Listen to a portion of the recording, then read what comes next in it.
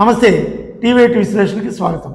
ఈనాటి మన విశ్లేషణ మోడీ అమెరికా యాత్ర, ట్రంప్ మోడీ కలిసి తీసుకున్న కొన్ని నిర్ణయాల్లో కీలకమైనటువంటి నిర్ణయం గురించి మనం ఈరోజు చర్చించుకుంటే అది ఒకంత భారతదేశం యొక్క పారదర్శకతని, అదేవిధంగా పాకిస్తాన్ యొక్క కుట్రపూరితమైనటువంటి ఉగ్రపూరితమైనటువంటి విధానాలని బట్టబయలు చేసే అంశంగా మనకి తప్పక అది ఉపకరిస్తుందని చెప్పుకోవాలి। మరి మొన్న మోడీ అమెరికా యాత్ర సందర్భంగా ముందుగా మోడీ ట్రంప్ ఇద్దరు కలిసి అభివాదాలు చేస్తూ చక్కని ఒకరినొకరు ప్రశంసలో కురిపించుకుంటూ పాత స్నేహాన్ని గుర్తు చేసుకుంటూ ఎంతో హుందాగా జరిగిన ఈ కార్యక్రమంలో ఇద్దరు కలిసి ఒక ప్రెస్ మీట్ నిర్వహించారు। ఈ ప్రెస్ మీట్ లో ద్వైపాక్షిక ఒప్పందాల విధానాల్లో భాగంగా ఒకరికొకరు భారతదేశం వాణిజ్యపరంగా 2030 నాటికి రెట్టింతలో ఈ వాణిజ్య ఒప్పందాలు చేసుకునే దశలో వాళ్ళ యొక్క ప్రెస్ మీట్ కొనసాగింది। అంతేకాకుండా ఏ దేశంలోనైనా ఆధారాలు లేకుండా వలసవాదులుగా ఉన్నట్టు వాళ్ళని తిరిగి వాళ్ళ దేశం పంపించడంలో తప్పు లేదు అని చెప్పి ఇద్దరు సంయుక్త ప్రెస్ మీట్లో తెలియజేయటం ఒకంత భారతీయుల్లో నెలకొని ఉన్నటువంటి ఒక ప్రశ్నకి సమాధానమైంది। ఏంటా ప్రశ్న అంటే, ఇటీవల ట్రంప్ అధికారంలోకి వచ్చిన తర్వాత అమెరికాలో ఉన్నటువంటి వలసవాదులని అందరినీ ఏరిపారేసి తమ తమ దేశాలకు పంపిస్తున్నటువంటి పరిస్థితి మనం చూస్తూనే ఉన్నాం। అట్లాగే భారతదేశానికి కూడా దాదాపు 2-3 విమానాలను మందిని తిరిగి పంపించినట్టుగా కూడా మనకి తెలుసు। దీని విషయమై మోడీ ఏమన్నా అడుగుతారేమో, అసలు ఏం జరగబోతుందని చెప్పి యావత్ భారతదేశంతో పాటు ప్రపంచ దేశాల్లో ఉన్న భారతీయులు కూడా ఎదురు చూసినటువంటి సందర్భం।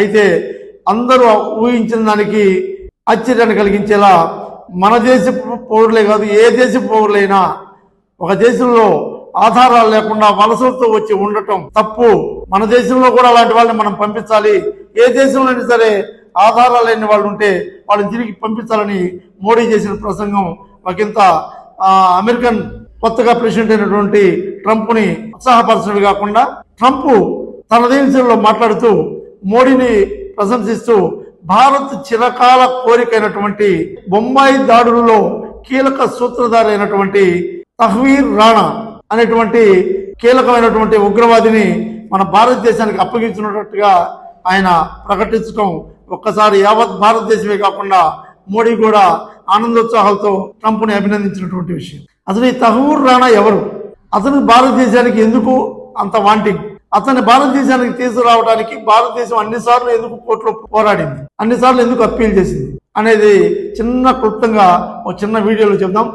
ఈ వీడియో మీకు నచ్చితే సబ్స్క్రైబ్ చేయండి, లైక్ చేయండి, షేర్ చేయండి, కామెంట్ కూడా చేయండి। ఇక వివరాల్లోకి వెళ్తే 2008 నవంబర్ 26వ తేదీన భారతదేశం మొత్తం ఉలిక్కిపడి 3 రోజుల పాటు నిద్రాహారాలు మానేసి ఒక కాలరాత్రులను గడిపినటువంటి భయంకరమైన పరిస్థితులు మనకి గుర్తొస్తాయి। బొంబాయిలో 3 రోజుల పాటు ఉగ్రవాదులు చేసినటువంటి అరాచకం, దారుణ మారణకాండ, బాంబు పేలుళ్లు, ఇష్టారాజ్యంగా AK-47తో జరిపిన కాల్పులు, భారతదేశం పౌరులందరూ ఉత్కంఠతోటి భయంతో వణికిపోయినటువంటి పరిస్థితులు। దానికి కారణం పాకిస్తాన్ నుంచి వచ్చిన ఉగ్రవాదులు ముంబైలో దొరబడి దాదాపుగా 173 మందికి పైగా చనిపోయిన పరిస్థితి। అందులో మన జవాన్లు కూడా ఉన్నారు, దాదాపు 300 మందికి పైగా విపరీతమైన గాయాలయ్యాయి। భారతదేశ భద్రత రక్షణ వైఫల్యంగా ఒకంత తలదించుకునే పరిస్థితిగా జరిగినటువంటి పరిస్థితి।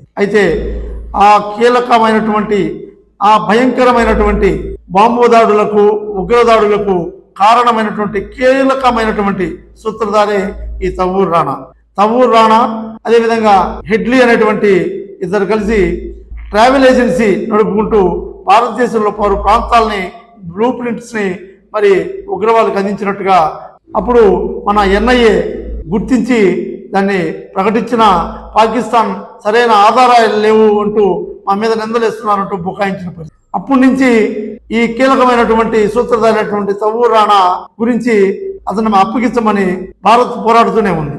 అమెరికాలో ఉన్నటువంటి వాళ్ళకున్న చట్ట ప్రకారం దాన్ని కోర్టు నడుపుకుంటూ వస్తే ఇటీవలే భారత్కి అనుకూలంగా అమెరికన్ సుప్రీంకోర్టు తీర్పునిచ్చినటువంటి విషయంతో ట్రంప్ మనకు అప్పగిస్తున్నట్టుగా ప్రకటించాడు। చాలా ఆనందదాయకమైన విషయం। ఈ తహ్వీర్ రాణా అనే వ్యక్తి పాకిస్తాన్ సంతతికి చెందినటువంటి కెరళలో సెటిల్ అయినటువంటి జాతీయుడు. ఇతను ట్రావెలింగ్ ఏజెన్సీ నిర్వహిస్తూ హెడ్లీ అనే వాటి ద్వారా ఉగ్రవాదులతో సంయుక్తంగా కుట్రపడినట్టుగా మన ఎన్ఐఏ అప్పుడు నివేదిక సమర్పించినటువంటి పరిస్థితి. వీళ్ళు భారతదేశం మొత్తం తిరుగుతూ కీలకమైనటువంటి భారతదేశంలో అలజడి సృష్టించేటువంటి ప్రాంతాలని గమనిస్తూ ఏ విధంగా వాటిని నిర్వహించాలని కార్యాచరణ ఎలా చేయాలంటూ బ్లూ ప్రింట్లు ఇచ్చినటువంటి కీలకమైనటువంటి వ్యవస్థలో వీళ్ళిద్దరూ పనిచేసినటువంటి పరిస్థితి. ఈ తహూర్ రాణా అనే వ్యక్తి ఏదైతే నివేదిక ఇచ్చాడో దాని ప్రకారమే ఉగ్రవాదులు మొదట శివాజీ టెర్మినల్ రైల్వే స్టేషన్లో, ఆ తర్వాత వివిధ హోటళ్లలో, పలు ప్రాంతాల్లో బుక్క తిప్పుకోకుండా 3 రోజుల పాటు జరిపిన ఉగ్రదాడి, దారుణ మారణకాండ ఏదైతే ఉందో భారతదేశాన్ని ఉలిక్కిపరిచినటువంటి పరిస్థితి. ఇప్పుడు భారతదేశం ఏదైతే ఆ ఉగ్రదాడికి సంబంధించినటువంటి నిజాలు బట్టబయలు అవ్వడానికి, సాక్ష్యాలు సమకూర్చుకోవడానికి అవసరమైనటువంటి కీలకమైనటువంటి సూత్రధారి ఎవరైతే ఉన్నారో ఈ తహూర్ రాణా, ఇప్పుడు మన భారతదేశం వాడిని చేజిక్కించుకోబోతా ఉంది. తహూర్ రాణా భారత్కి అప్పగించొద్దని చెప్పి తన అనారోగ్యాన్ని అన్నింటినీ చొప్పిస్తూ పెట్టుకున్నటువంటి పిటిషన్ కొట్టివేస్తూ అమెరికన్ సుప్రీంకోర్టు ఇచ్చిన తీర్పు ప్రకారం మోడీ ట్రంప్ కలిసిన సమయంలో ట్రంప్ దాన్ని ప్రకటించడం ఒకంత భారతదేశం మొత్తం హర్షం వ్యక్తం చేసింది. తహూర్ రాణాని కొద్ది రోజుల్లో మన ఇండియాకి అమెరికా అప్పగిస్తనుంది. అతను వచ్చిన తర్వాత తగు విచారణ జరిపి పాకిస్తాన్ ఆనాటి బాంబు దాడుల్లో, ఉగ్రదాడుల్లో పాకిస్తాన్ ఉన్నటువంటి డైరెక్ట్ ప్రమేయాన్ని ప్రపంచానికి బట్టబయలు చేయబోతుంది భారత్. దీని ద్వారా పాకిస్తాన్ ఉగ్రవాదులకి ఎటువంటి నీడనిస్తుంది, ఉగ్రవాదులను ఎలా పోషిస్తుంది, దానివల్ల ప్రపంచానికి ఎలాంటి ముప్పు ఉంది, భారతదేశం ఎంత లాసిపోయింది, ఇంకా ఎలాంటి కుట్రలు చేశారు, బయటపడిన ఇంకా కుట్రలు ఎన్ని, ఇవన్నీ మనకి బట్టబయలయ్యే పరిస్థితులు ఉన్నాయి. చూద్దాం.